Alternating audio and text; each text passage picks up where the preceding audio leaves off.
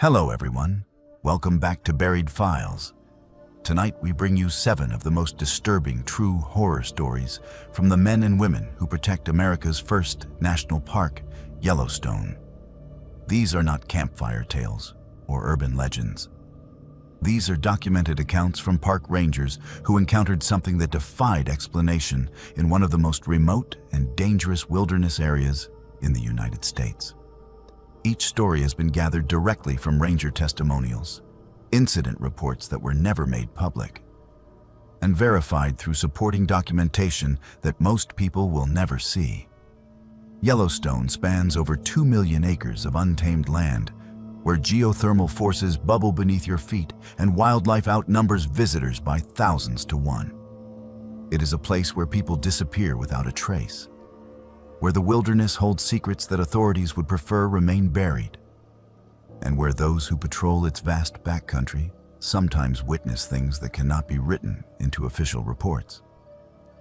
If you are drawn to authentic horror content rooted in real events, subscribe to Buried Files and then hit the notification bell so you never miss our investigations into the darkness that exists just beyond the marked trails. Now settle in as we descend into the shadows of America's most iconic yet mysterious national park.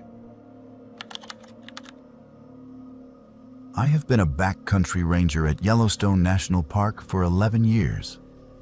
In that time, I have responded to countless emergencies that most people only read about in headlines. I have performed CPR on tourists who suffered heart attacks at high elevation. I have documented bear maulings where grizzlies defended their territory against hikers who ventured too close. I have stood at the edge of thermal pools where visitors slipped on wet boardwalks and fell into water hot enough to dissolve human tissue in minutes. I once spent 3 days searching for a man who walked away from his family at Old Faithful and was later found deceased from exposure in a snow-covered ravine. I witnessed one suicide at the Grand Canyon of the Yellowstone, where a young man climbed over the safety railing and jumped 300 feet into the river below.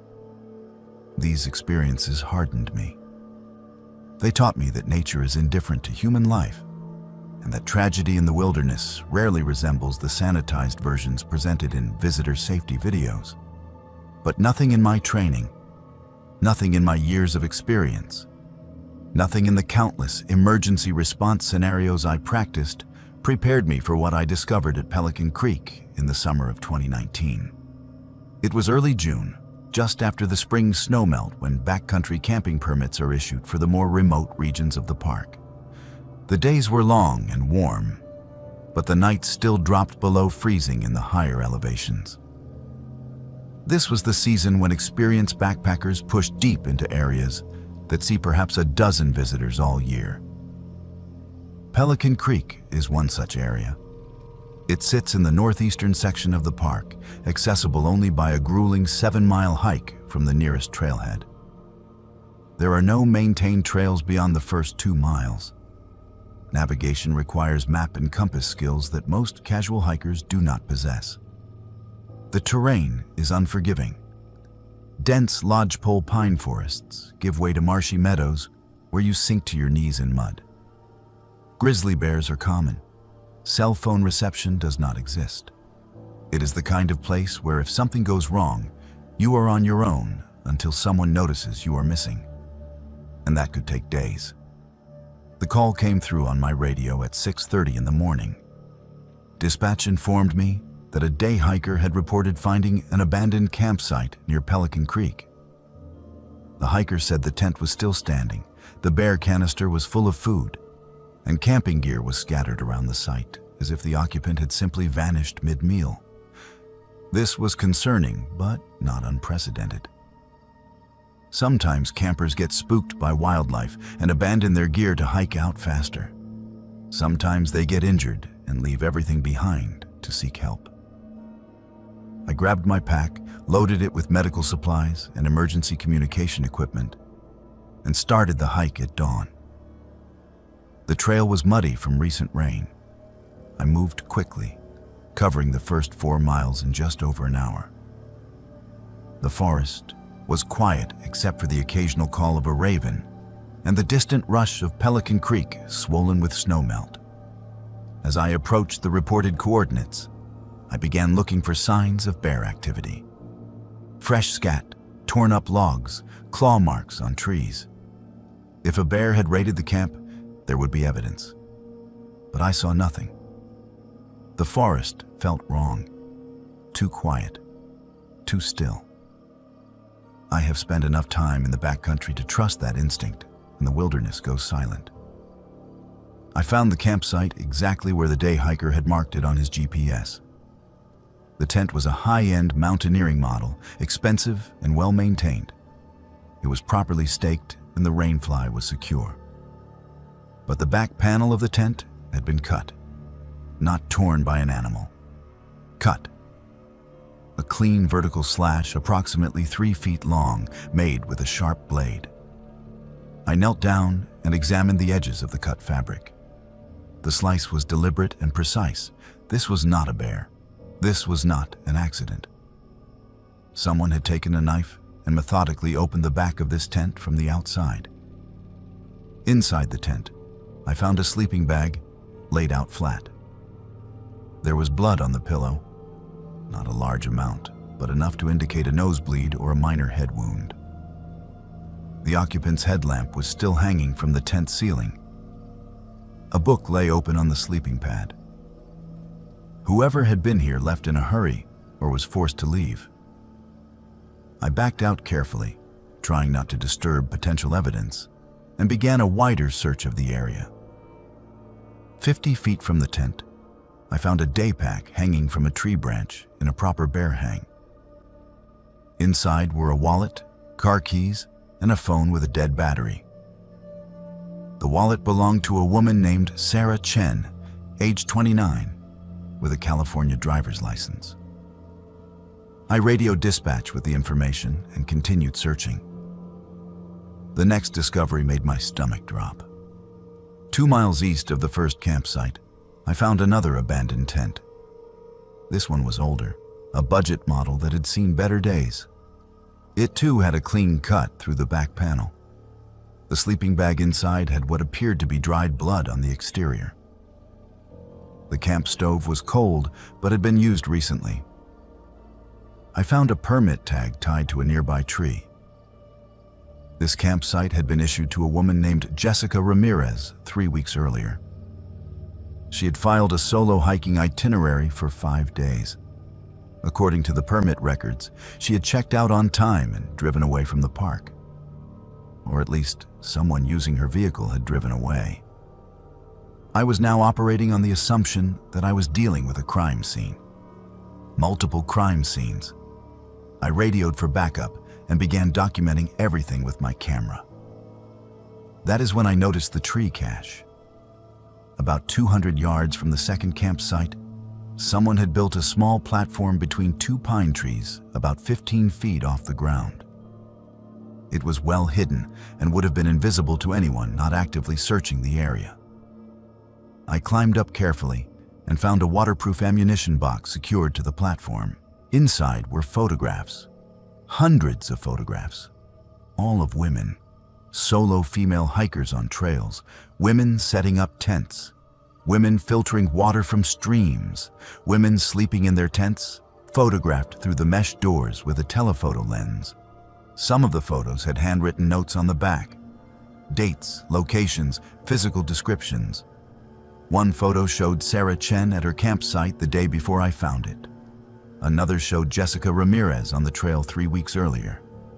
But there were others. Women I did not recognize. Women whose faces I had never seen in missing person reports. How many others had there been?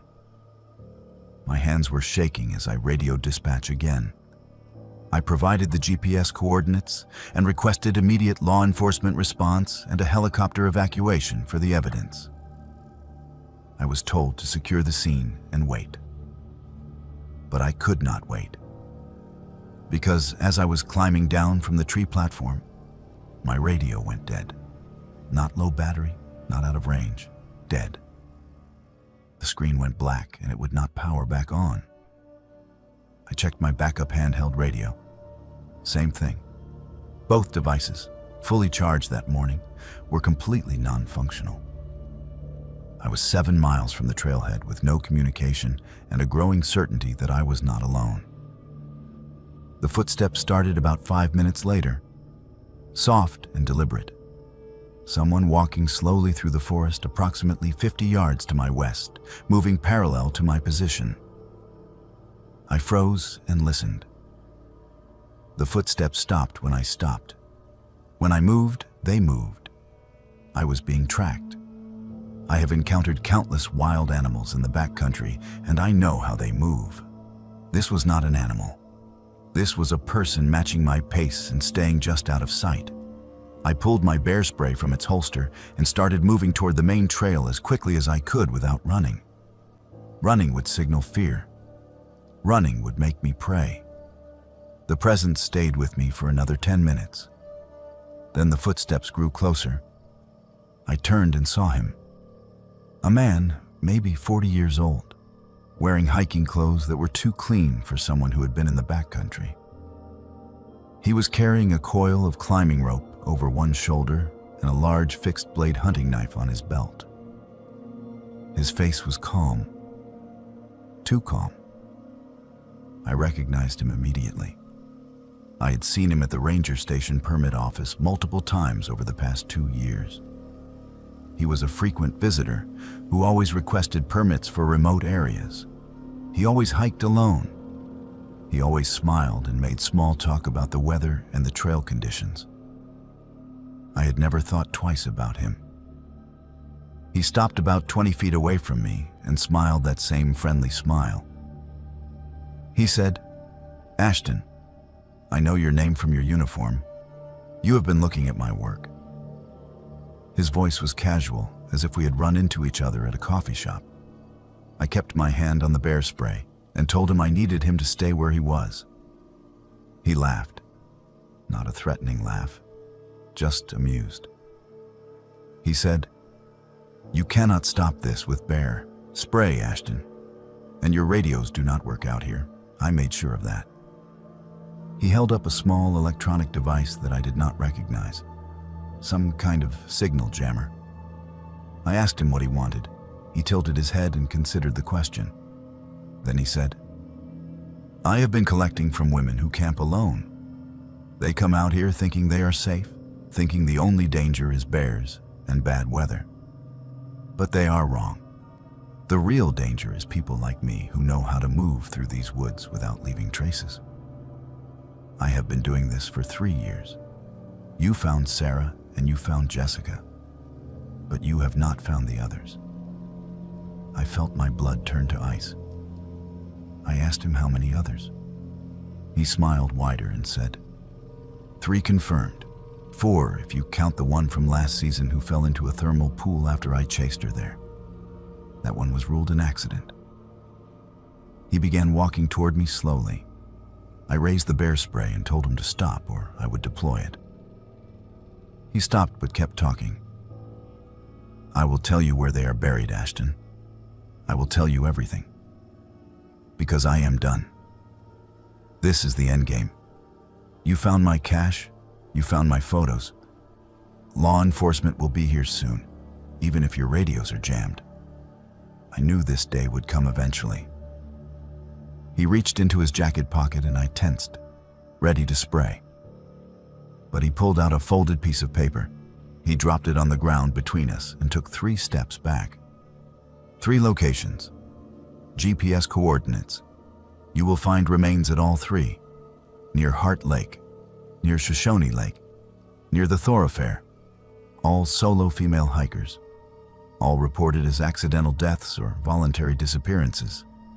No one suspected murder because nobody expects a predator in a place like this. I did not move to pick up the paper. I asked him why he was telling me this. He said, "Because I want you to know I won. 3 years I hunted in America's most famous wilderness and nobody noticed. And when they finally do notice, I will be famous. People will make documentaries about me. The Yellowstone Predator. That has a nice ring to it." He was insane, completely detached from reality. I needed to keep him talking until help arrived. I asked him why he chose this park. He said, "Because it is easy. Millions of visitors every year, thousands of miles of backcountry. Solo hikers are common. When someone goes missing, everyone assumes it was nature. A bear attack, a fall, hypothermia. Nobody looks for a man with a knife." Then I heard it. The distant sound of helicopter rotors. My emergency beacon. I had activated it before my radios died, and I had forgotten about it in the chaos of the confrontation. The sound grew louder. The man heard it too. His expression changed from calm to angry. He looked at me and said, "You activated a beacon." It was not a question. I nodded. He glanced up at the sky where the helicopter was approaching, and then back at me. For a moment, I thought he would charge. But instead, he turned and ran into the forest, crashing through the undergrowth like a panicked animal. The helicopter landed in a nearby meadow 10 minutes later. I guided them to the location and gave a full report. A massive search operation was launched. They found him 16 hours later, hiding in a drainage culvert near the park's east entrance. He had tried to walk out through 30 miles of wilderness, but had gotten disoriented. When they searched his vehicle, they found journals. Detailed journals describing 12 potential victims he had been watching. Maps with marked campsites, lists of names and dates. They found remains at 3 of the 4 locations he had described. Sarah Chen, Jessica Ramirez, and 2 other women who had been listed as missing persons from 2017 and 2018. The 4th location near the thermal pool yielded nothing. The acidic water had dissolved everything. I transferred to a different ranger station 6 months after the trial concluded. He was sentenced to life in prison without parole. But I cannot do backcountry patrols anymore. Every time I see a solo female hiker on a remote trail, I think about the ones we did not find in time. I think about how easily evil can hide in a place that people associate with natural beauty. And I think about the fact that for 3 years, a predator walked among us wearing a smile and carrying a permit, and none of us knew. The wilderness does not care if you live or die. But at least the wilderness is honest about its dangers. The real horror is that sometimes the most dangerous thing in the woods is not the wildlife. It is the other people.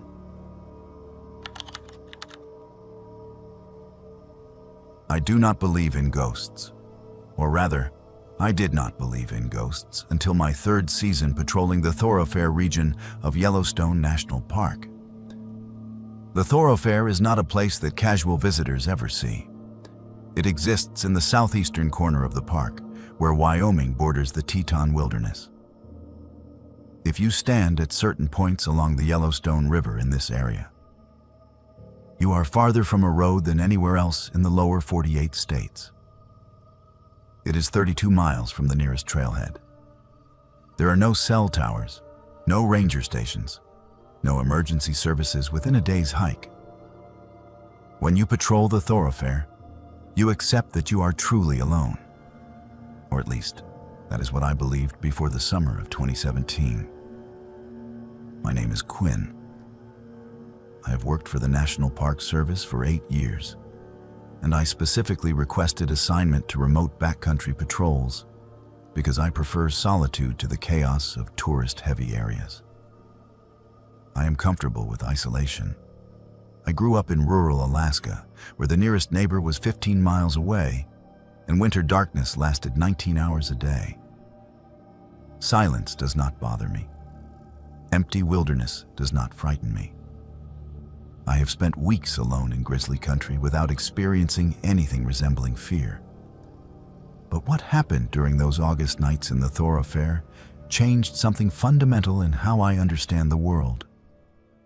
It forced me to accept that there are phenomena which cannot be explained by training manuals or rational thinking. The first incident occurred on August 9th. I was on a standard 5-day patrol loop that would take me through the southern portion of the thoroughfare backcountry. My route included checking several designated campsites to ensure compliance with park regulations and to monitor wildlife activity. The weather had been clear for 3 days, and I was making good time. I reached the upper Yellowstone River Valley around 4:00 p.m. and decided to check a campsite that sits on a small bluff overlooking the river. This particular site is rarely used because it requires fording the river twice to reach it. Most backpackers choose easier routes. As I approached the site, I immediately noticed smoke. A campfire was burning in the fire ring. This was unusual for several reasons. First, no permits had been issued for that site in over 2 weeks.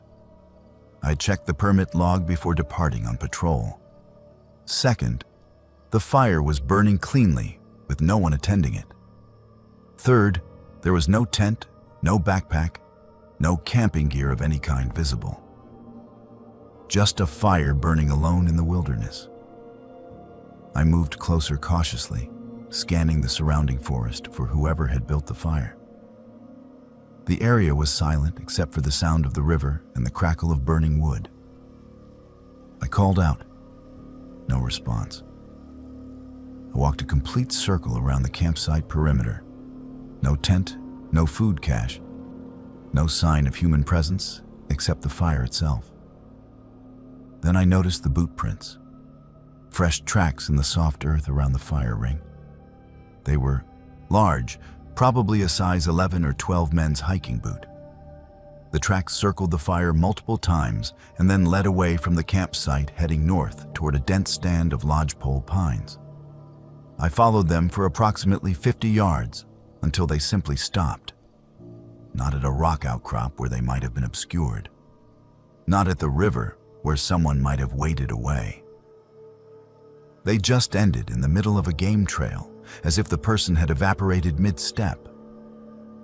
I returned to the campsite and extinguished the fire. It had been burning hot and recent. The coals were still glowing red beneath the ash. I estimated it had been lit within the past 2 hours. I left a citation notice at the site for illegal camping without a permit and continued my patrol. I assumed I would find the mystery campers somewhere along the trail ahead. Perhaps they had wandered off to explore or to use the bathroom and would return to find their fire extinguished and the citation waiting. It was a violation, but not particularly concerning. People sometimes bend the rules in remote areas, thinking no one will notice. The next morning, I broke camp at sunrise and continued north along the river. Around noon, I reached another designated campsite approximately 8 miles from the first location. As I crested the small rise that led to the site, I stopped. Smoke. Another campfire burning alone with no visible camp setup. This was no longer a coincidence. This was deliberate. Someone was either following me or moving ahead of me, building fires at every campsite along my route. I approached cautiously with my hand on my bear spray. Again, I called out. Again, no response. The fire was fresh and burning hot. The same boot prints circled the fire ring. The same tracks led away into the forest and stopped abruptly 40 yards from the campsite. I radioed dispatch. I reported the situation and requested information about any other rangers or park personnel in the area. Dispatch confirmed I was the only authorized person in that section of the park. They checked for research permits or wildlife monitoring teams. Nothing. I was told to continue documenting the incidents and to report any contact with the individual responsible. I extinguished the second fire, photographed the boot prints, and moved on. But I was no longer comfortable.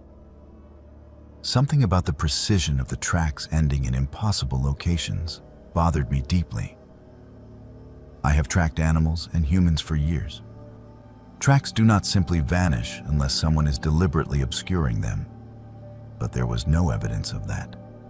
No brushed out prints, no careful stepping on rocks, just footprints that stopped as if the person had been lifted into the air. That night, I made camp at a location off-trail about 3 miles north of the second fire site.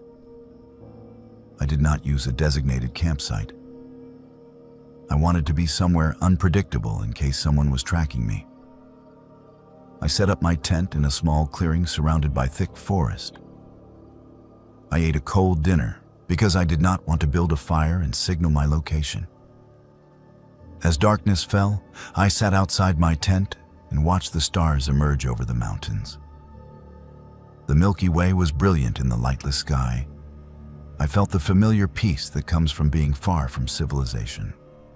But that peace did not last. At 3:47 a.m., I woke to the sound of footsteps outside my tent. Slow, deliberate steps circling my campsite. I lay completely still and listened. The steps were heavy, boot steps, not animal paws. They moved around my tent in a clockwise direction, pausing occasionally as if the person was examining something.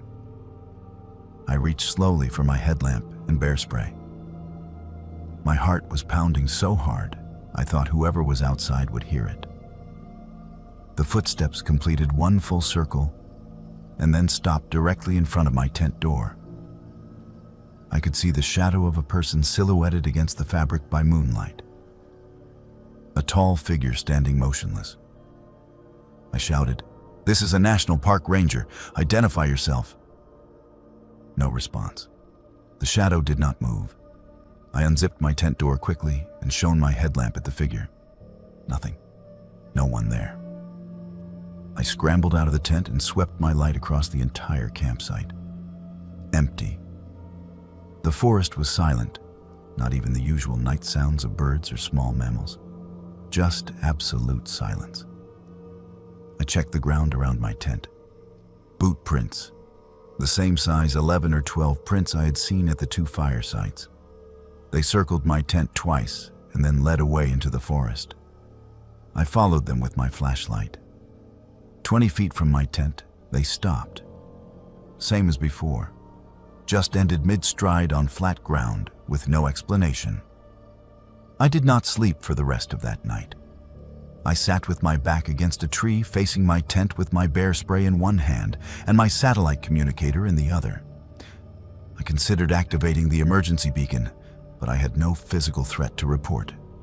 Just footprints and a shadow. At first light, I packed my gear and continued north at a rapid pace. I wanted out of the thoroughfare.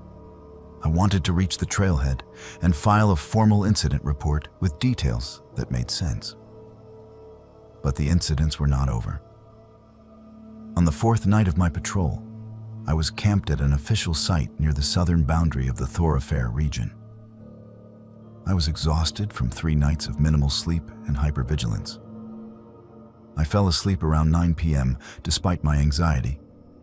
I woke at 2:30 a.m. to orange light flickering against my tent walls. Fire. I rushed outside expecting to find my campsite ablaze. But it was not my fire ring that was burning. Approximately 100 yards away, down a slope near the river, another fire was burning brightly. I could see the flames clearly through the trees, and I could see a figure sitting beside it. A person sitting completely still, facing away from me toward the river. I grabbed my flashlight and started down the slope. As I got closer, I could see more details. The person was wearing dark clothing. They sat on the ground with their knees pulled up, arms wrapped around their legs, head down.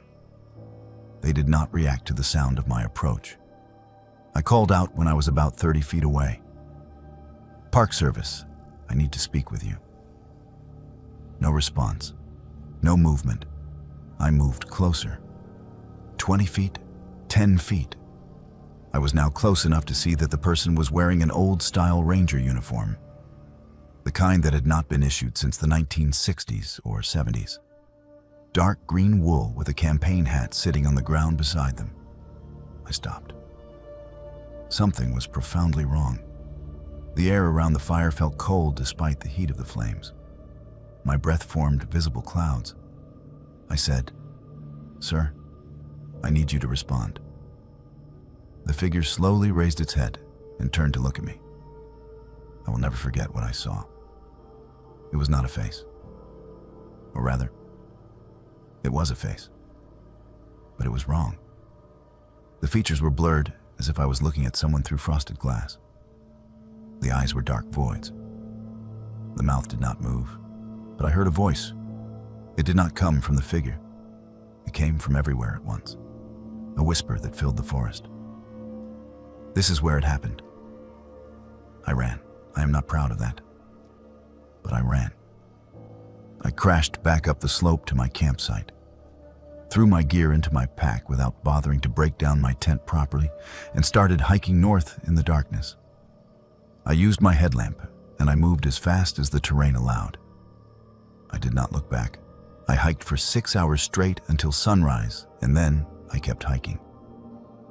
I reached the trailhead 14 hours later, far ahead of my planned schedule. I was scratched, exhausted, and probably dehydrated, but I was out. I filed an incident report that I knew sounded insane. I reported the fires, the footprints, and the figure by the river. My supervisor listened without interrupting, and then asked if I had been experiencing any health issues or medication side effects. I understood what he was really asking. Was I having a mental health crisis? Was I hallucinating? I told him I was physically fine and that I knew how my report sounded. He told me to take a week off and to follow up with the park psychologist. I agreed because I wanted answers as much as he did. During that week, I did research. I accessed historical park records going back to the 1960s. I found an incident from August 1964. A ranger named Thomas McKinley had drowned while attempting to ford the Yellowstone River in the Thoroughfare region. His body was recovered 3 miles downstream from his last known campsite. The recovery team found his gear still at the campsite with a fire burning in the ring. According to the report, McKinley had been camping alone and had left his site to ford the river at night for reasons unknown. His body was found wearing the uniform of that era, dark green wool. The report included a photograph. I recognized the face despite the blurring I had seen. It was the same person. I returned to work after my week off, but I requested reassignment to a different patrol area. My supervisor approved without asking questions. I think he was relieved. But before I left, I spoke quietly with 2 other veteran rangers who had worked the thoroughfare for years. I asked if they had ever experienced anything unusual in that area. Both became uncomfortable. One told me that every ranger who has worked that region long enough sees the fires. They appear annually on August 12th, the date of McKinley's drowning. No one investigates them anymore. No one hikes down to see who is sitting beside them. It is an unspoken understanding that some patrols are best left incomplete. I do not work the thoroughfare anymore. I patrol different regions of Yellowstone where the strangeness is limited to wildlife and weather. But I know the fires still burn every August. I know the footprints still appear circling campsites in impossible patterns. And I know that Ranger McKinley is still out there, sitting by his fire, waiting for someone to understand what happened. I do not want to be that person. I have accepted that there are places in this park where the dead do not rest, and I am content to let them keep their vigil undisturbed. The thermal basin off Norris Geyser should have been empty. It was February. Temperatures had dropped to 20 degrees below zero, and no permits had been issued for backcountry winter camping in that zone for 3 weeks. The area was officially closed to overnight camping from November through April due to unstable thermal features and extreme weather conditions. So when our helicopter pilot radioed that he had spotted smoke rising from the restricted zone during a routine flyover, We knew something was very wrong. My name is Declan. I have been a law enforcement ranger at Yellowstone for 6 years, and I have dealt with every variety of permit violation imaginable. Tourists who ignore trail closures to get closer to bison, hikers who camp illegally in thermal areas and end up with third-degree burns, people who drive off-road or vandalize geothermal features. Most violations are born from ignorance or arrogance. But what we found at Norris Basin that February was neither. It was something far stranger and far more disturbing than anything in my training had prepared me for. I was paired with another ranger named Foster for the investigation. We loaded our gear into packs and began the ski approach at first light the following morning. The plan was to ski 9 miles into the closed area, document the illegal camp, issue citations, and escort whoever was out there back to civilization. The temperature was brutal. Wind chill put us at 35 below zero. The kind of cold that burns exposed skin in minutes and turns your breath into ice crystals that hang in the air. No rational person would choose to camp in these conditions. That should have been our first warning that we were not dealing with rational people. The ski took us 4 hours through deep powder and across frozen streams. The landscape was otherworldly. Steam from thermal vents rose into the frigid air, creating pillars of mist that glowed orange in the low winter sun. The ground beneath us was a patchwork of snow and bare earth, where heat from underground kept the surface above freezing. We could hear the distant rumble and hiss of geysers, and smell the sulfur that permeated everything in this part of the park. As we got closer to the coordinates the pilot had marked, we began to see tracks. Ski tracks. Multiple sets leading in from different directions, all converging on the same location. We crested a small ridge and looked down into a shallow basin dominated by a large boiling mud pot. What we saw made us both stop. 7 tents were arranged in a perfect circle around the mud pot, each tent positioned exactly the same distance from the center. The precision was unsettling. This was not a casual campsite. This was deliberate, intentional. The tents were high-quality expedition models, the kind used for winter mountaineering in extreme conditions. But there were no ski tracks leading away. No one was visible. Just 7 tents surrounding the thermal feature like some kind of ritual arrangement. Foster and I exchanged glances. He keyed his radio and reported our position and what we were seeing. Dispatch acknowledged and told us to proceed with caution. We skied down into the basin and approached the first tent. I called out, identifying ourselves as park rangers and requesting that whoever was inside come out and speak with us. No response. I unzipped the tent door and looked inside. Empty. No sleeping bag, no gear, just elk bones. Hundreds of elk bones arranged in geometric patterns across the floor of the tent. Skulls positioned at cardinal points. Ribs laid out in spiraling formations. Vertebrae stacked in precise towers. We checked the second tent. More bones. These were deer bones mixed with what looked like coyote skulls. The third tent contained only bird bones, thousands of them, sorted by size and type. Each tent was a bone repository, meticulously organized. But it was the center of the circle that made my blood run cold. A deer skull had been mounted on a wooden pole and planted directly above the boiling mud pot. The skull was decorated with painted symbols I did not recognize. The mud below churned and spat, occasionally throwing scalding droplets onto the snow around the perimeter. Foster discovered the journal in the fourth tent. It was a leather-bound book filled with handwritten entries in English, mixed with symbols and words, in a language neither of us could identify. The entries described something called feeding the old breath, and references to opening the steam door. There were diagrams showing the tent arrangement and detailed notes about lunar cycles and thermal activity patterns. One passage read, "The pact must be maintained every 40 years when the earth shivers. 7 shepherds returned to the sacred steam. 7 offerings of bone to calm the fire below. If the ritual fails, the mountain will wake angry. We were photographing the journal when we heard it. Chanting, low and rhythmic, echoing from somewhere in the thermal features. The sound seemed to come from the steam vents themselves, rising with the sulfur-laden vapor. Foster and I moved toward the sound, following a narrow path between pools of boiling water. The chanting grew louder. Then we saw them. 7 figures emerged from the steam like apparitions materializing from fog.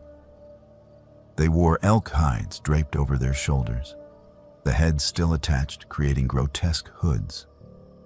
Their faces were painted with white ash in patterns that mimicked the thermal features around us. They moved in single file, each carrying a bundle of bones.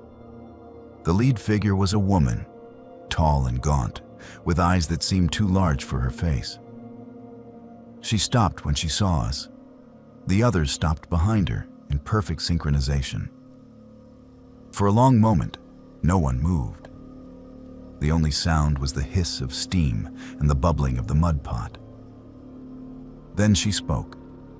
Her voice was clear despite the wind. "You have entered the sacred circle. You have touched the offerings. You do not understand what you have done." I told her they were in a restricted area and that backcountry camping without permits was a federal violation. She smiled. It was not a warm smile. It was the smile of someone who found my words absurdly irrelevant. She said, "We are the shepherds.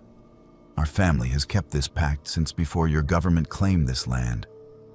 We come every 40 years when the earth trembles. We feed the old breath with bones of the forest. We sing the calming words. If we do not, the mountain will erupt. Your park, your visitors, your cities built near the caldera, all of it will burn."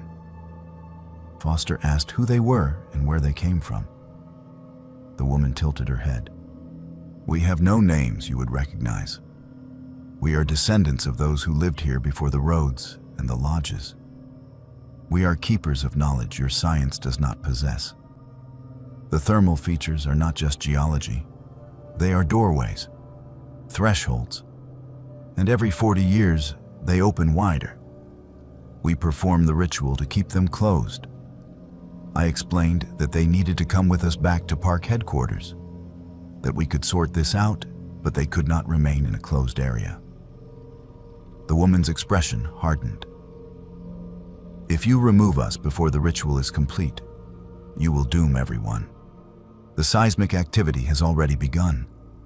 Small tremors your instruments barely register, but we feel them. The mountain is restless. We have 2 more nights of offerings, 2 more cycles of chanting. Then the threshold will seal for another 40 years. Foster radioed for backup. Within an hour, 4 more rangers arrived on snowmobiles. The 7 figures did not resist when we told them they were being escorted out. They surrendered peacefully, gathering their belongings from the tents and dismantling the skull monument. But they said nothing more. They moved in silence as we led them back to the trailhead. When we reached the ranger station, we attempted to process them. They refused to provide legal names. They had no identification, no driver's licenses, no credit cards, nothing. When asked for names, they each said only Shepherd and a number, Shepherd 1 through Shepherd 7. We held them for 72 hours while attempting to identify them through fingerprints and facial recognition. Nothing came back. No criminal records, no missing person reports, no matches in any database. It was as if they did not exist in any official capacity. The federal prosecutor reviewed the case and determined there was insufficient evidence for charges beyond trespassing, which was a misdemeanor. With no identification and no prior offenses, they were released with citations and warnings. That night, they vanished from the county jail holding area. The cell was locked from the outside. No windows, No way out except through a door that required a key card. But when the guard checked at morning roll call, all 7 were gone. The security footage showed them sitting in the cell at 2:47 a.m. At 2:48 a.m., the feed went to static. At 2:49 a.m., the feed returned and the cell was empty. No one entered. No one left. They simply ceased to be there. I tried to forget about it. I told myself they had escaped through some method we had not detected and had fled the area. But then I started researching geological records. I found a pattern. Every 40 years since 1872, the year Yellowstone became a national park, there has been a significant seismic event within 6 months of February. 1912, a magnitude 4.5 earthquake near Norris. 1952, a magnitude 5.3 earthquake that damaged park infrastructure. 1992, a swarm of over 1,000 small earthquakes in the same region. 2018, a magnitude 4.4 earthquake that triggered evacuations of thermal areas due to unstable ground. We arrested the shepherds in February 2019 before they could complete their ritual. In August of 2019, a magnitude 4.8 earthquake struck Yellowstone, centered near Norris Basin. It was the largest earthquake in the park in over a decade. Thermal features changed overnight. New geysers formed, old ones went dormant. One mud pot that had been stable for years suddenly expanded to 3 times its size, forcing the closure of a popular boardwalk. I do not sleep well anymore. I tell myself it is coincidence. That seismic activity in a volcanic caldera is normal and unpredictable. That there is no such thing as a ritual that can influence geological forces. But I cannot stop thinking about what that woman said. That every 40 years, the threshold opens wider. That next cycle is in 2059. I will be retired by then, or dead. But someone will be patrolling that basin in February of that year. And I wonder if they will find 7 tents arranged in a circle, and 7 people in elk hides performing a ritual that our science cannot explain. And I wonder what will happen if we stop them again. I have a degree in wilderness search and rescue from the University of Montana. I understand statistics, probability models, and human behavior patterns in crisis situations. I have studied case files of hundreds of missing person incidents in national parks. I know that most disappearances follow predictable patterns. People get lost when they leave marked trails. They succumb to exposure when caught unprepared in sudden weather changes. They fall from cliffs while taking photos. They drown in rivers swollen with snowmelt. The human body is fragile and the wilderness is unforgiving. But nearly every disappearance can be explained through rational analysis of environmental factors and decision-making errors. What happened to the family at Shoshone Lake in July of 2018 does not fit any model I have ever studied. It does not fit any pattern in the literature. It remains the only case in my 8-year career that I cannot explain. My name is Brielle. I work as a search and rescue coordinator for Yellowstone National Park. When someone fails to return from a backcountry trip, I am the person who assembles the search teams, coordinates helicopter reconnaissance, manages the incident command structure, and ultimately makes the decision about when to suspend active searching. It is a responsibility I do not take lightly. Every missing person represents someone's family member, and I have sat with enough devastated relatives to understand the weight of those decisions. But this case haunts me in ways the others do not, because we never found any trace of what happened. No bodies, no evidence of foul play, no logical explanation, just a family that ceased to exist in a location where vanishing should be impossible. The family was named Whitmore, Robert and Jennifer, both 38, and their 2 children, Emma, age 10, and Lucas, age 7. They were experienced backpackers from Oregon who had obtained a permit for a 3-day, 2-night trip around Shoshone Lake. one of the largest backcountry lakes in the park. Their itinerary was detailed and professional. They had listed their campsite locations, expected mileage per day, and emergency contact information. Robert was a physician. Jennifer was a high school biology teacher. Their gear list showed they were well prepared with appropriate equipment: bear canisters, water filtration, first aid supplies, and satellite communication devices. They checked in at the ranger station on July 14th at 9 a.m., received their permit briefing, and began their hike. They were expected to return by 4 p.m. on July 16th. When they had not returned by 6 p.m. on the 16th, their emergency contact, Jennifer's sister, called the park. Sometimes hikers run late due to slower than expected pace or because they are enjoying themselves and lose track of time. We typically allow a grace period before initiating search protocols. But by 8 p.m., with no sign of the family, I was notified and began assembling a hasty team. We deployed at first light on July 17th. I led a 4-person team directly to their last known campsite at the south end of Shoshone Lake, approximately 8 miles from the trailhead. We reached the site at 10:30 a.m.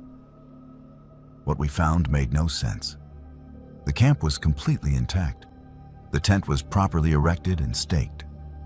Inside were 4 sleeping bags, laid out flat and unzipped, as if the occupants had gotten up normally in the morning. 4 pairs of hiking boots were lined up neatly outside the tent door. The bear canister was hanging correctly from the food pole and was still full of their remaining supplies.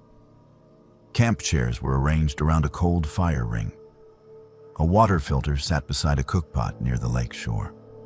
Everything suggested a family that had simply stepped away from camp for a short walk and planned to return. But there were disturbing details. On the camp's picnic table, we found 4 driver's licenses and 4 park entry cards stacked in a neat pile. Beside them were 2 wedding rings, Jennifer's engagement ring, and a child's plastic friendship bracelet, all arranged in a precise line. This was not normal behavior. People do not remove their identification and jewelry and arrange them geometrically before going for a hike. Underneath the ID cards was a handwritten note on a page torn from a journal. The handwriting analysis later confirmed it was Jennifer's writing. The note contained only one sentence: "We heard the calling. We are going below." I immediately radioed for additional search resources. We expanded the search perimeter and began systematic grid patterns around the campsite. We searched the shoreline in both directions. We checked the forest. We looked for any sign of the family: tracks, disturbed vegetation, torn clothing, anything. A thermal pool sits approximately 50 feet from the campsite. It is a small feature, maybe 8 feet in diameter, with water temperature measured at 180 degrees Fahrenheit and a pH level acidic enough to dissolve organic material. We examined it carefully, but found no disturbance in the mineral deposits around its edge. No footprints. No indication anyone had approached it. We brought in cadaver dogs on day 2 of the search.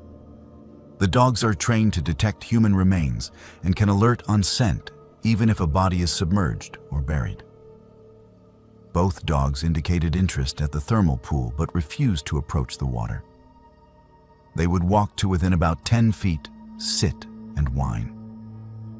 Their handlers described it as unusual behavior, as if the dogs sensed something but were afraid to get closer. We requested dive team support to search the pool, but the request was denied due to safety concerns. The water temperature and acidity make diving impossible. Any diver entering that pool would suffer catastrophic injuries within seconds. On day 3, a geological survey team arrived with ground-penetrating radar. They wanted to map the thermal pool to understand its structure. What they discovered was remarkable and terrifying. The pool connects to an unexplored cave system. The radar showed a vertical shaft dropping approximately 40 feet below the visible pool, then branching into multiple horizontal passages that extend in several directions. One passage runs roughly 4 miles to the northeast before the radar signal weakened and they lost definition. The cave system is flooded with the same superheated acidic water as the surface pool. It is completely inaccessible. No human could survive entry, and no robotic equipment we have can function in those conditions. The search expanded to 40 square miles over 9 days. We deployed helicopter reconnaissance with thermal imaging. We had over 60 personnel combing the area. We checked every trail, every drainage, every meadow within a reasonable distance from the campsite. We found nothing. No clothing, no equipment they might have carried. No sign that 4 people had walked through the forest.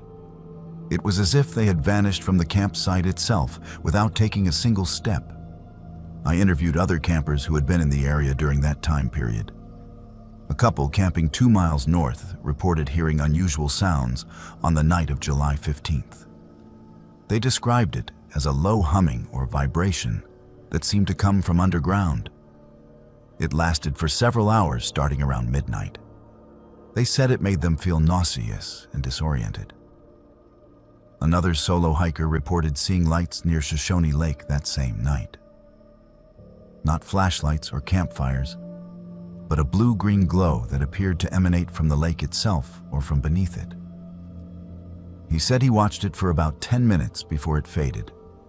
Both reports were logged, but neither seemed directly related to the Whitmore family disappearance. We officially suspended active searching on July 25th after exhausting all reasonable search areas and methods. The case was classified as a missing person investigation, with suspected foul play ruled out due to lack of evidence. The FBI took over jurisdiction and conducted their own investigation. They found nothing we had not already documented. The case remains open but inactive. The Whitmore family is still listed as missing. Their vehicle was towed from the trailhead parking area and eventually returned to family members. Their home in Oregon remains as they left it, filled with vacation plans and summer schedules that will never be fulfilled. I have led 47 search and rescue operations in my 8 years with the Park Service. I have found lost hikers after days of searching. I have recovered remains from cliff falls and drownings. I have solved disappearances that initially seemed mysterious, but proved to have mundane explanations. But the Whitmore family simply vanished. 4 people, including 2 children, gone without a trace from a campsite that showed no signs of struggle, no evidence of wildlife attack, no indication of anything except a deliberate decision to leave their identities behind and go somewhere. The note haunts me more than anything else. We heard the calling. We are going below. What calling? Below where? The thermal pool is the only feature near that campsite that goes below ground level. But no one could enter that pool and survive. Yet the cadaver dogs indicated something was there. The geological survey showed passages extending for miles underground. And witnesses reported strange phenomena the same night the family disappeared. I do not believe in supernatural explanations. I am a scientist. I trust data and evidence. But I cannot explain this case using any framework I understand.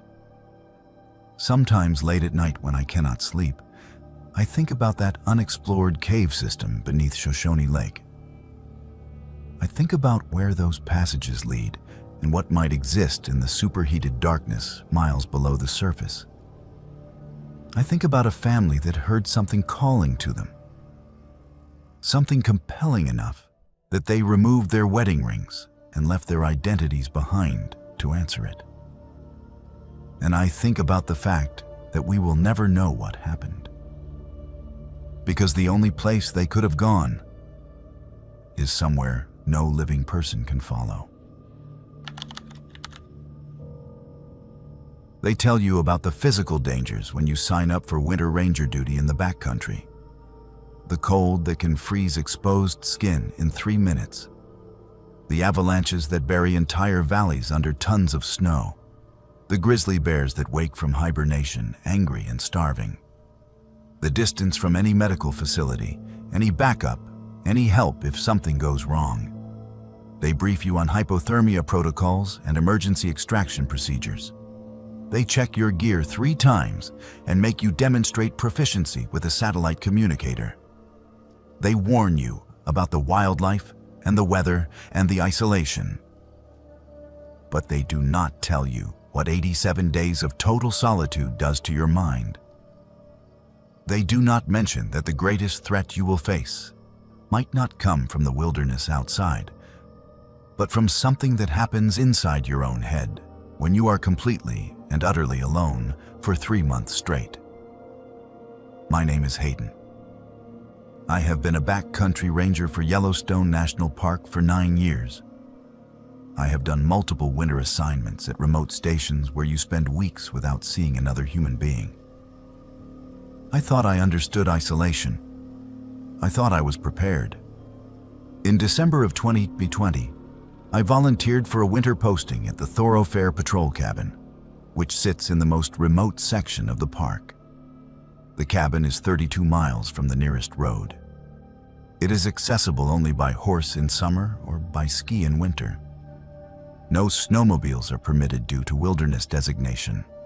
No helicopters except for emergencies. Once you are stationed there, you are truly cut off from everything. The assignment runs from December 1st through mid-February. 87 days. You are resupplied once in early January when another ranger skis in with food and fuel. Otherwise, you are alone. The cabin itself is small. 1 room with a wood stove, a bunk, a table, and basic supplies. There are shelves with books left by previous rangers. A radio that connects you to park headquarters for scheduled check-ins twice weekly. Solar panels that charge a battery system for minimal electricity. Your duties are simple. Monitor wildlife, document weather conditions, watch for poaching activity, maintain the cabin, and survive. I arrived on December 3rd after a grueling 2-day ski trek with a pack weighing over 80 pounds. The ranger I was replacing looked exhausted. He helped me unload my gear, gave me a quick tour of the cabin systems, and then he left within an hour. He barely spoke. I asked him if he had any advice for the winter ahead.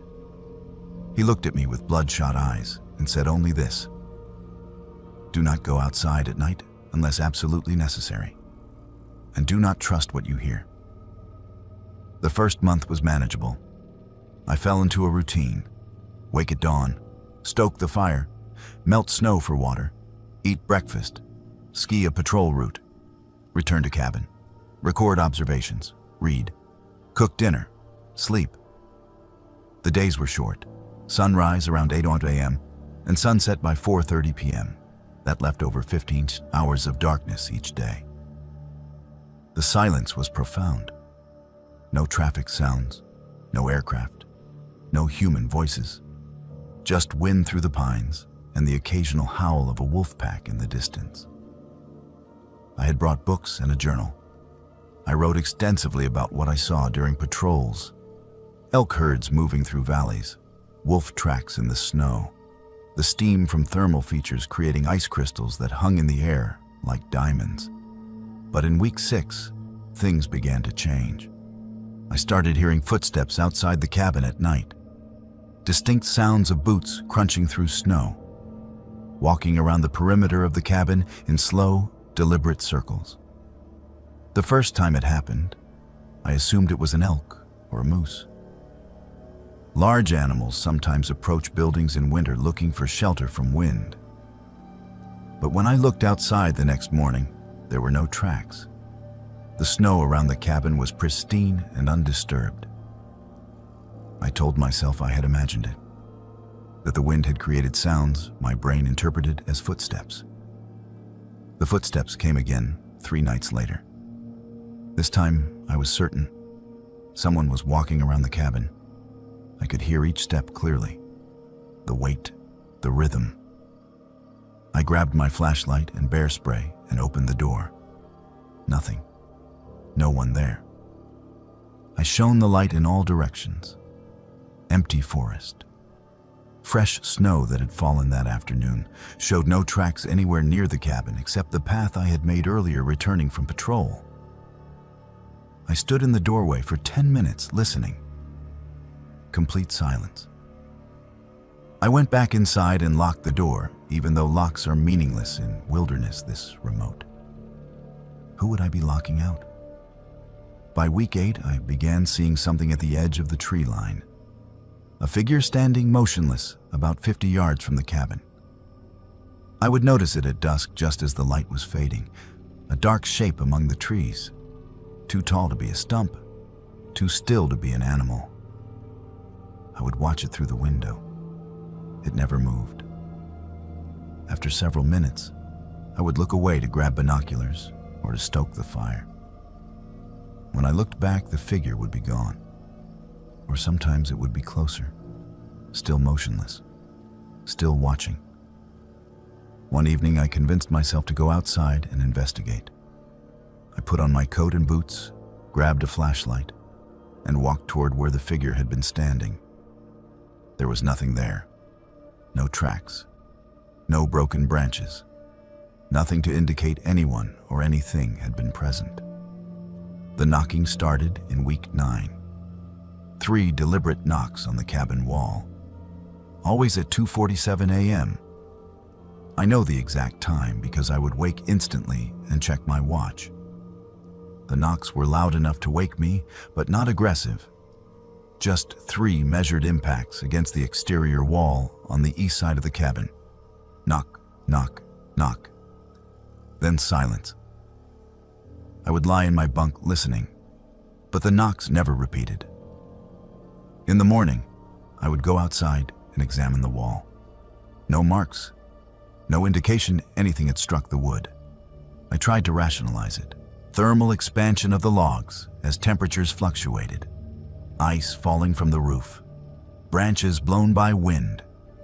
But none of those explanations fit the consistency and precision of what I was hearing. And the timing was always exactly 2:47 a.m. to the minute, every time. In week 10, I found my ranger uniform hanging from a tree branch 100 yards from the cabin. I discovered it during morning patrol. My official uniform shirt and pants neatly hung as if on a closet hanger, swaying gently in the breeze. This was impossible. I was wearing my only uniform. I checked when I returned to the cabin. My uniform was in my pack where I always kept it. I had not taken it outside. I had not hung anything on trees. Yet there it was. An identical uniform, same size, same wear patterns, hanging in the forest as if placed there by someone who knew exactly where I would walk. I radioed headquarters during my next scheduled check-in. I tried to explain what was happening without sounding insane.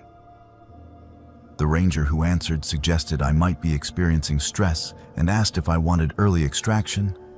I said no. I had signed up for 87 days and I would complete the assignment. But I asked if there was any history of unusual incidents at this cabin. There was a long pause. Then the ranger said that some winter assignments had been terminated early due to ranger welfare concerns. But he could not discuss details. He reminded me that isolation affects people differently and that requesting extraction was not considered a failure. I stopped sleeping through the nights. I would doze in short intervals, but wake frequently. Week 11 brought something new. I woke at dawn to realize I was outside, not near the cabin, not on the porch. I was 200 yards away in the forest, standing in 2 feet of snow, wearing only my thermal underwear. My feet were bare. The temperature was 15 degrees below zero. My feet were already numb and turning white. I ran back to the cabin, stumbling and falling. I got inside and spent an hour warming my feet in lukewarm water to prevent frostbite. When the feeling returned, the pain was extraordinary. But worse than the pain was the realization that I had walked outside in my sleep with no memory of doing so. I could have died. If I had walked farther, or if the temperature had been colder, I would have died. I went outside later that morning to examine my tracks. They formed a perfect circle around the cabin. I had walked in a circle 23 times, each circuit following the exact same path. The tracks were evenly spaced, mechanical, not the wandering path of someone confused or disoriented. I had walked with purpose, repeating the same pattern over and over, before finally stopping in the forest. I also found something else. My journal was sitting on a rock outcrop 50 feet from where I had stopped walking. The journal I kept in the cabin. I retrieved it and opened to the last entry. Beneath my final notes from the previous day was new writing, my handwriting. Words I did not remember writing. I am not alone. I have never been alone. There are 7 of me now. I radioed for emergency extraction. I told headquarters I needed immediate removal from the station. The ranger asked if I was in medical distress. I said I was not sure, but that I could not stay any longer. He said the earliest they could arrange helicopter extraction was 3 days due to weather conditions and availability. I had to wait. I barricaded myself inside the cabin. I did not go outside except to get firewood. I did not sleep. I sat at the table with my knife and bear spray and counted the hours. The figure appeared at the window on the second night. Not at the tree line, at the window. A face pressed against the glass looking in. My face, my exact features staring at me from outside. I shouted and ran to the door. When I opened it, nothing was there. But in the snow beneath the window were footprints. Boot prints identical to mine. The pattern matched my boots exactly. The prints led away from the cabin in a straight line and then stopped after 20 feet. Just stopped. The way Quinn's mysterious tracks had stopped in the thoroughfare. The way everything unexplainable in this place seemed to end without resolution. The helicopter arrived on the morning of the 3rd day. The pilot said I looked wrong, that I appeared to have aged 10 years. I was 34 years old, but he said I looked 44. I saw my reflection in the helicopter window. He was right. My hair had gone gray at the temples, deep lines around my eyes that had not been there 11 weeks earlier. The park psychologist conducted an evaluation. Standard protocol for early extraction. She found no evidence of mental illness, no psychotic symptoms, no hallucinations that fit diagnostic criteria. Just extreme stress response consistent with prolonged isolation in a hostile environment. She asked if I would return to winter backcountry assignments. I said no. She noted that in my file and cleared me for return to regular duties. They wanted to send another ranger to the thoroughfare cabin to complete the winter season. I told my supervisor he should burn the cabin down, that it was not safe, that something about that location was wrong in ways I could not articulate. He looked at me with sympathy but did not take my recommendation seriously. 2 weeks later, a ranger named Marcus was sent to finish the winter assignment. He lasted 12 days before requesting extraction. He would not explain why. He filed a report that remains classified. I ran into him 6 months later at a training session. He would not make eye contact with me. When I asked what happened at the cabin, he walked away without speaking. I still work for Yellowstone. I do summer patrols in tourist-heavy areas where I interact with hundreds of people every day. I will never do isolated backcountry work again. And I will never return to the thoroughfare. Whatever exists in that remote corner of the park, whether it originates from the land itself or from something that happens to the human mind when it is pushed too far into solitude, it should be left alone. Some places are not meant for human habitation during the dark months of winter. Some silences should not be broken. And some questions about what we see and hear in the deepest wilderness should never be answered. I need to tell someone about this before it happens again. And I know it will happen again because he is still out there and the FBI cannot find him. My name is Piper. I have been a law enforcement ranger at Yellowstone National Park for 7 years. I have dealt with drunk tourists, poachers, drug trafficking through the park, domestic violence incidents at campgrounds, and one homicide investigation. I thought I had seen the worst of human behavior in a wilderness setting. But nothing prepared me for the case that started in August of 2022 and remains unsolved to this day.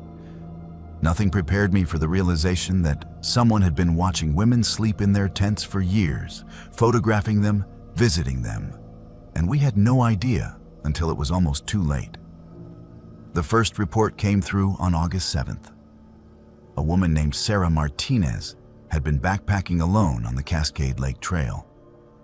She was 31 years old, an experienced hiker from Colorado who had obtained a backcountry permit for 3 nights. She completed her trip without incident, returned to her vehicle at the trailhead, and was preparing to drive out of the park when she noticed something tucked under her windshield wiper. Not a parking citation or an advertisement. A photograph. A photograph of herself sleeping in her tent, taken from inside the tent, looking down at her face on the pillow. She brought it to the ranger station immediately. I was the one who took her report. She was visibly shaken. The photo was a standard 4x6 print on glossy paper, the kind you get from any photo processing service. It showed Sarah in her sleeping bag, eyes closed, completely unaware someone was standing over her with a camera. The angle suggested the photographer had been crouched or kneeling beside her. The tent fabric was visible in the frame, confirming this was taken from inside her tent while she slept. On the back of the photo, written in neat block letters with a black marker, was a single word: visited. I asked Sarah if she had heard anything unusual during the nights she camped. She said no. She was a light sleeper and always woke when animals approached the campsite. But she had not heard anyone enter her tent. I asked if she had noticed anyone following her on the trail or camped nearby. Again, no. She had seen other hikers during the day, but no one suspicious. Her campsite had been at a designated location along the east shore of Cascade Lake. It was a popular area during peak season.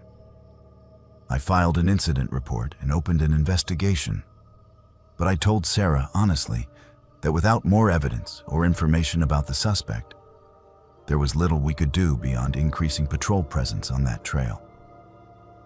3 days later, another woman filed a similar report. Then another. Over the next 2 weeks, 5 women came forward with identical stories. All solo female hikers. All had completed multi-day backcountry trips on different trails throughout the park. All had found photos of themselves sleeping in their tents, left on their vehicles when they returned.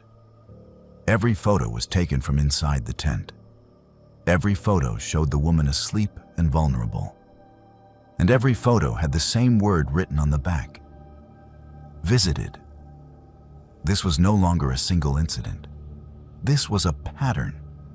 Someone was systematically targeting solo female backpackers, accessing their tents while they slept, photographing them at close range, and then tracking their vehicles to leave the photos where they would be found. The level of skill required was disturbing. To enter a tent without waking the occupant requires extreme care. To do it repeatedly without being detected suggested someone who moved through the wilderness with professional competence. To track the vehicles suggested he was watching the trailheads, documenting license plates and parking locations. I coordinated with FBI agents who have jurisdiction over major crimes in national parks. They reviewed all 5 cases and determined we were dealing with a serial stalker who posed an escalating threat. The current behavior was non-contact surveillance, but the psychological profile suggested someone who might eventually progress to physical assault. They approved a sting operation. I volunteered to be the bait. On August 23rd, I obtained a backcountry permit under a false name. I parked a rental vehicle at the Cascade Lake trailhead and hiked in alone, carrying minimal gear but wearing a concealed body camera and a GPS tracker. I also carried my service weapon and bear spray. 2 backup rangers were positioned at a camp location 1 mile away, monitoring my GPS signal and prepared to respond within 10 minutes if I activated my panic button. I made camp at one of the designated sites where previous incidents had occurred, set up my tent, ate dinner, and pretended to settle in for the night. I did not sleep. I lay in my sleeping bag fully clothed with my hand on my weapon and my eyes barely closed. The body camera was positioned to record anyone who entered the tent. Hours passed. Midnight, 1 a.m., 2 a.m. I was beginning to think he would not come when I heard it. The softest sound of a tent zipper being drawn slowly open. I kept my eyes closed, but tightened my grip on my weapon. I could hear breathing. Someone was inside my tent.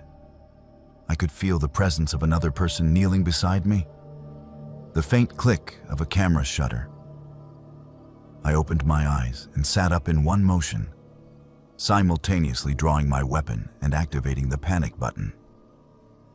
"Federal agent, do not move." The figure lunged backward, crashing through the tent door and into the darkness.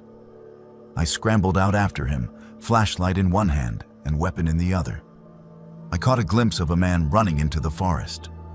I pursued for approximately 50 yards before losing him in the dense trees. My backup arrived within 8 minutes.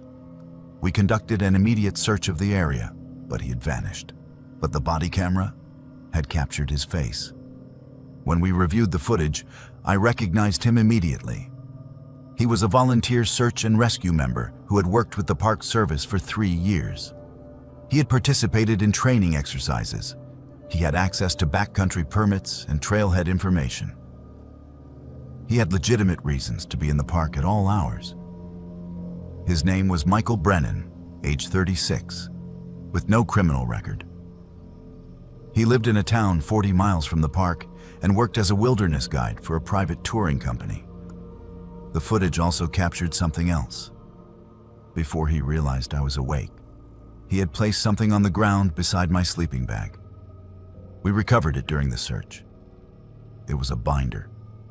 A 3-ring binder containing plastic sheet protectors, and inside those protectors were photographs. Over 200 photographs of women sleeping in tents. Some I recognized from the recent reports, but most were women I had never seen. The photos dated back years based on the clothing and gear visible in the frames. Some had handwritten notes on the back with dates and locations. Some had names. Some just had the word "visited." We issued a warrant for Brennan's arrest. Federal agents went to his home the next morning. He was gone. His vehicle was gone. He had packed and fled sometime during the night after the confrontation. A search of his residence found more evidence. A detailed map of Yellowstone and surrounding national forests with campsites marked. A database on his computer listing women's names, physical descriptions, hiking itineraries he had somehow obtained, and notes about their camping habits. Equipment for developing photographs. Climbing gear that would allow him to move silently through the forest. The manhunt lasted 6 days. They tracked him through credit card usage and traffic cameras. He stayed ahead of them, moving through back roads and wilderness areas. On day 6, they located his vehicle abandoned at a trailhead in Bridger-Teton National Forest. He had gone into the backcountry on foot. Search teams combed the area for another week. They found no trace of him. Michael Brennan vanished into the wilderness he knew so well. That was 2 years ago. He has never been found. But every few months, another woman in another park somewhere in the western United States reports finding a photograph of herself sleeping in her tent. Different parks, different states: Montana, Wyoming, Colorado, Idaho, Oregon, Washington. The photos are always the same format, always taken from inside the tent, always with the word "visited" written on the back in the same block letters. Sometimes there are dates, sometimes there are new notes. One woman found a photo with the message, "You looked peaceful. I almost did not want to leave." The FBI has him on their most wanted list for federal stalking charges. His photo is distributed to every national park and Forest Service office in the country. But he is still out there, still watching, still visiting, still photographing women while they sleep. And I carry the weight of knowing that we had him and we lost him. That the operation I led pushed him further underground and possibly made him more dangerous. I do not camp alone anymore. None of the female rangers in our district do. We travel in pairs for backcountry patrols. We check each other's tents before sleeping. We take turns staying awake on overnight assignments. Because we know he could be anyone. A volunteer, a permitted camper, another hiker passing on the trail, someone who looks friendly and helpful and trustworthy during the day. And then, at night, he becomes someone else. Someone who moves like a ghost through the darkness, entering tents without sound, standing over sleeping women, taking his photographs, and disappearing before dawn. If you are a woman who camps alone in backcountry areas, please be careful. Lock your tent zippers with clips. Place noise-making devices like bells or gravel in a bag near the door. Sleep with bear spray within reach. And if you ever find a photograph of yourself sleeping left somewhere, you will discover it. Contact law enforcement immediately. Because Michael Brennan is still out there, and the FBI believes he will not stop until he is caught or until he escalates to something worse than photographs. I think about those 200 women whose pictures were in his binder. How many of them never knew they were visited? How many of them hiked out of the wilderness, having no idea someone had been inside their tent, watching them breathe? And I think about the women he has visited since then, who will find their photographs days or weeks later, and realize that while they slept, completely vulnerable and alone, a stranger was standing over them in the darkness. My grandfather was one of the first rangers at Yellowstone National Park in 1946, hired as part of the post-war expansion when veterans returned home, and the Park Service was rebuilding its workforce after years of wartime staffing shortages. His name was Robert Spencer Holt. He worked at Yellowstone for 37 years before retiring in 1983, 3 years before I was born. I never met him in life. He died when my father was still young, and all I knew of him came from old photographs and the stories my father told. Stories about a man who loved the wilderness more than anything, who spent his entire adult life protecting a landscape he considered sacred. But in September of 2021, I met him anyway, on the trail to Lone Star Geyser. And what he showed me changed everything I thought I understood about death and about the land we are sworn to protect. My name is Spencer. I was named after my grandfather, carrying his middle name as my first, a family tradition meant to honor the man who had set the path that I would eventually follow. I joined the National Park Service when I was 24, and I specifically requested assignment to Yellowstone because I wanted to walk the same trails he had walked, to see the same geysers he had monitored, to understand what had called to him so powerfully that he devoted his entire life to this place. I have been a ranger here for 6 years. I know the park well. I know its trails, its wildlife patterns, its thermal features, and its dangers. I thought I knew everything about Yellowstone that mattered. I was wrong. The incident occurred on September 17th, 2021. I was conducting a routine patrol on the trail to Lone Star Geyser, a popular but moderately challenging hike that follows the Firehole River for about 2.5 miles into the backcountry. It was a clear afternoon with temperatures in the low 60s. Perfect hiking weather.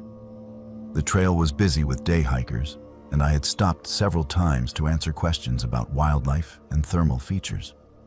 Around 3 p.m., as I was approaching the geyser itself, I noticed a man ahead of me on the trail. He was wearing a ranger uniform, but not the current style. The uniform was the old design from the 1940s and 50s. Dark green wool with a wide-brimmed campaign hat. The kind you see in historical photographs, but never in actual use anymore.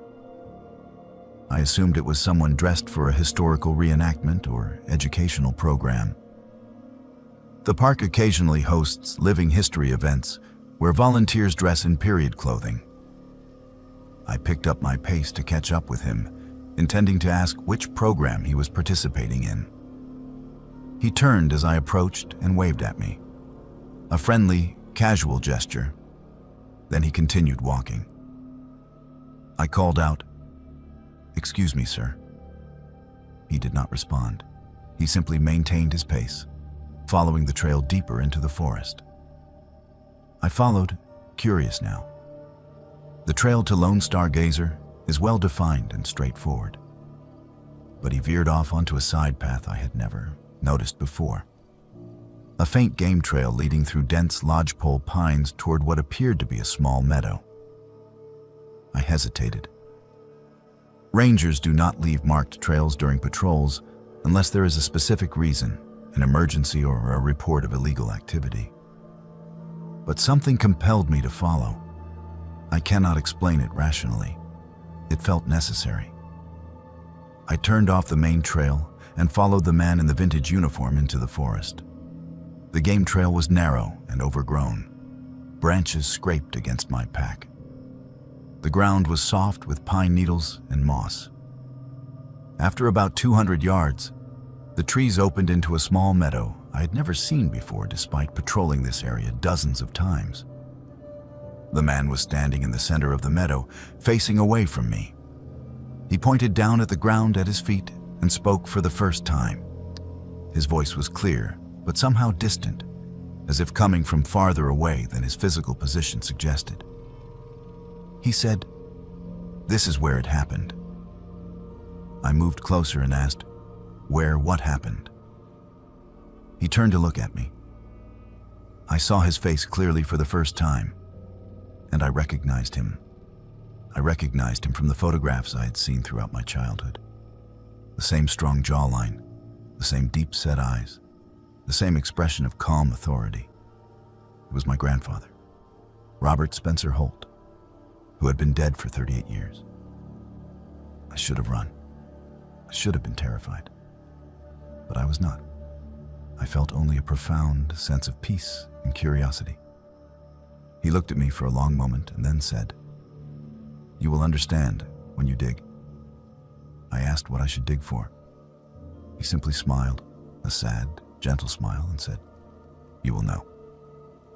Then he turned and walked toward the tree line. I watched him go. He walked with the same deliberate, measured pace. And then he simply vanished. Not faded, not disappeared gradually. He walked into the shadows beneath the pines and ceased to exist between one step and the next. I stood in the meadow for several minutes, trying to process what I had just witnessed. Hallucination seemed the most rational explanation. But I felt completely lucid. I was not tired. I was not dehydrated. I had not hit my head. I was simply standing in a meadow where my dead grandfather had appeared, spoken to me, and vanished. I looked down at the spot where he had been standing and pointing. The ground looked normal, grass and wildflowers and moss. Nothing unusual, but I marked the location carefully using landmarks and GPS coordinates. Then I hiked back to the main trail and continued my patrol in a daze. I did not report what had happened. How could I? What would I say? That I had seen a ghost? That my grandfather's spirit had led me off trail to show me something? I would be sent for psychiatric evaluation. I would be removed from duty. So I said nothing. But I could not stop thinking about it. That night, I reviewed historical records about my grandfather's career. I read his personnel files, which are available to family members through the Park Service archives. I found references to patrols he had conducted, locations he had been assigned to, incidents he had responded to. One entry from 1951 caught my attention. My grandfather had reported his official ranger badge as stolen during a backcountry patrol. The badge was never recovered. He was issued a replacement, and the theft was noted in his file, but never solved. The location where he reported the theft was listed as the Lone Star Geyser area. The date was September 19, 1951. Exactly 70 years and 2 days before I had seen him on the trail. I decided I had to go back to the meadow. I requested a day off and returned on September 20th with a shovel, a metal detector, and ground-penetrating radar equipment I borrowed under the pretense of conducting a geological survey. I found the meadow again without difficulty. The GPS coordinates I had marked led me directly to it. I began scanning the area with the metal detector. Within minutes, I got a strong signal at the exact spot where my grandfather had been standing. I began to dig. The soil was soft and came away easily. At approximately 3 feet depth, I hit something solid. I cleared the dirt carefully and found a metal object wrapped in oilcloth. I pulled it up and unwrapped it. Inside was a ranger badge, an original 1940s-era National Park Service badge, the kind my grandfather would have worn. I turned it over. Engraved on the back was his full name, Robert Spencer Holt. Beneath the badge was a piece of paper, also wrapped in oilcloth to protect it from moisture. The paper was yellowed and fragile, but the handwriting was clear. The note read, "For my grandson, when he follows the same path. You will find this when I need you to know I'm still watching the park. Some rangers never leave. We just change how we serve. Keep this with you. It will remind you that this land is more than geology and biology. It is memory, it is continuity, it is sacred. Protect it as I did." Signed, Robert Spencer Holt, September 19th, 1982. The date made my breath catch. September 19th, 1982. 1 year before my grandfather died. 31 years before I was hired as a ranger. He had buried this badge and this note in a meadow off the Lone Star Geyser Trail with the knowledge that someday, somehow, I would find it. He could not have known I would become a ranger. I was not even born yet. But he knew, or he hoped. And he left this message for me. I contacted my father and asked if he knew anything about this meadow or about grandfather burying something. My father was shocked. He said that in the year before grandfather died, he had requested that his ashes be scattered at a specific location in Yellowstone. He had given the family precise coordinates. My father looked them up. The coordinates matched the meadow where I had found the badge. My grandfather's ashes were scattered in that meadow in October 1983, as he had requested. He had chosen the exact spot where, 1 year earlier, he had buried his badge and a note for a grandson who did not yet exist.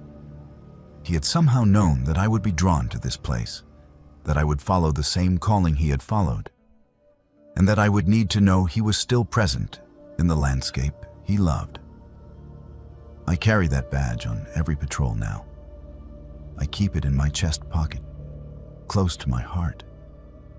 And sometimes, late in the evening when the light is fading and I am walking the trails alone, I I see that figure in the old uniform at the edge of meadows or standing beside thermal features.